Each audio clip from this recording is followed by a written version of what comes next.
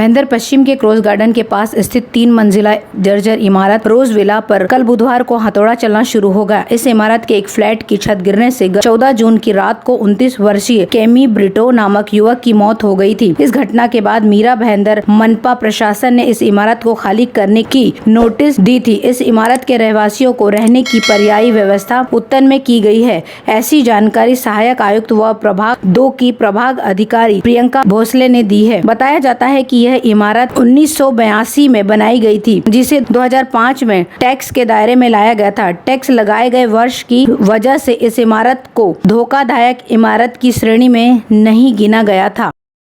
दिन ब दिन जमीन पर कब्जे का मामला मीरा भाईंदर में बढ़ता जा रहा है और जिस पर पुलिस कोई कार्रवाई नहीं कर रही है। राजनीतिक भूमाफियाओं के पास जमीन पर कब्जा करने की ताकत होने के कारण जमीन मालिकों को अपने न्याय के लिए जगह जगह भटकने के बाद भी न्याय नहीं मिलता है। इसके अलावा सरकार, नगरपालिका और आदिवासी भूमाफियाओं के खिलाफ कोई कार्रवाई नहीं की जाती है। भूमाफियाओं का भारी आर्थिक लाभ मिलने के कारण पुलिस व नगरपालिका भी बहती नदी में मुफ्त में हाथ धो रहे हैं। जंगल मिलते ही शहर के ये भूमाफिया मुजरिम हो गए हैं। इन माफियाओं को पकड़ने के लिए पुलिस की कोई स्पेशल सेल नहीं है। मीरा भाईंदर जैसे शहरों में जमीन की कीमतें आसमान छू रही हैं, जो मुंबई की सीमाओं से लगे 19 गांवों से बना है। इसमें जमीन के विवाद भी बड़े पैमाने पर हो रहे हैं, लेकिन इस जमीन विवाद में राजनीतिक माफिया का बड़ा हाथ है। यही कारण है कि आम जमीन मालिक, किसानों और नागरिकों द्वारा उनके भूमि अधिकारों को लेकर की गई शिकायतों पर पुलिस और नगरपालिका ठोस कार्रवाई नहीं करते हैं। आम इंसान दर दर की ठोकरें खाने के साथ पुलिस स्टेशन के भी चक्कर काटता है। सालों से ये मामला कोर्ट में घसीटा जा रहा है। कई बार वकील तक बदल दिए जाते हैं। इन भूमाफियाओं की मदद के लिए नगरपालिका भी तैयार रहती है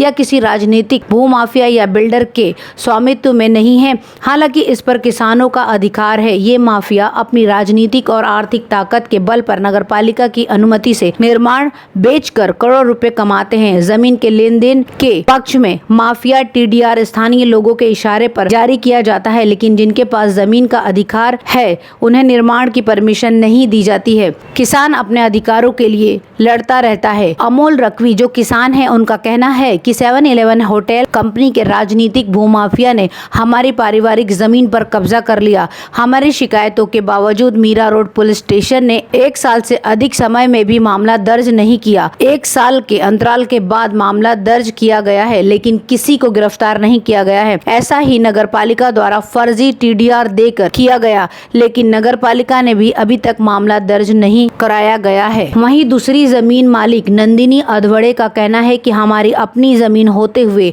नगरपालिका ने राजनीतिक भूमाफियाओं को अवैध निर्माण की अनुमति दी और बिल्डिंग बनवाया। भूमाफिया ने एक स्थानीय पुलिस अधिकारी की मिली भगत से हमारे एक स्थान की बाड़बंदी में बाधा डाली और हमें परेशान किया और उसके खिलाफ अभी तक कोई शिकायत भी दर्ज नहीं हुई है। ऐसे दर्जनों मामले हैं मीरा भाईंदर में, जिसमें पुलिस और नगरपालिका दोनों शामिल है।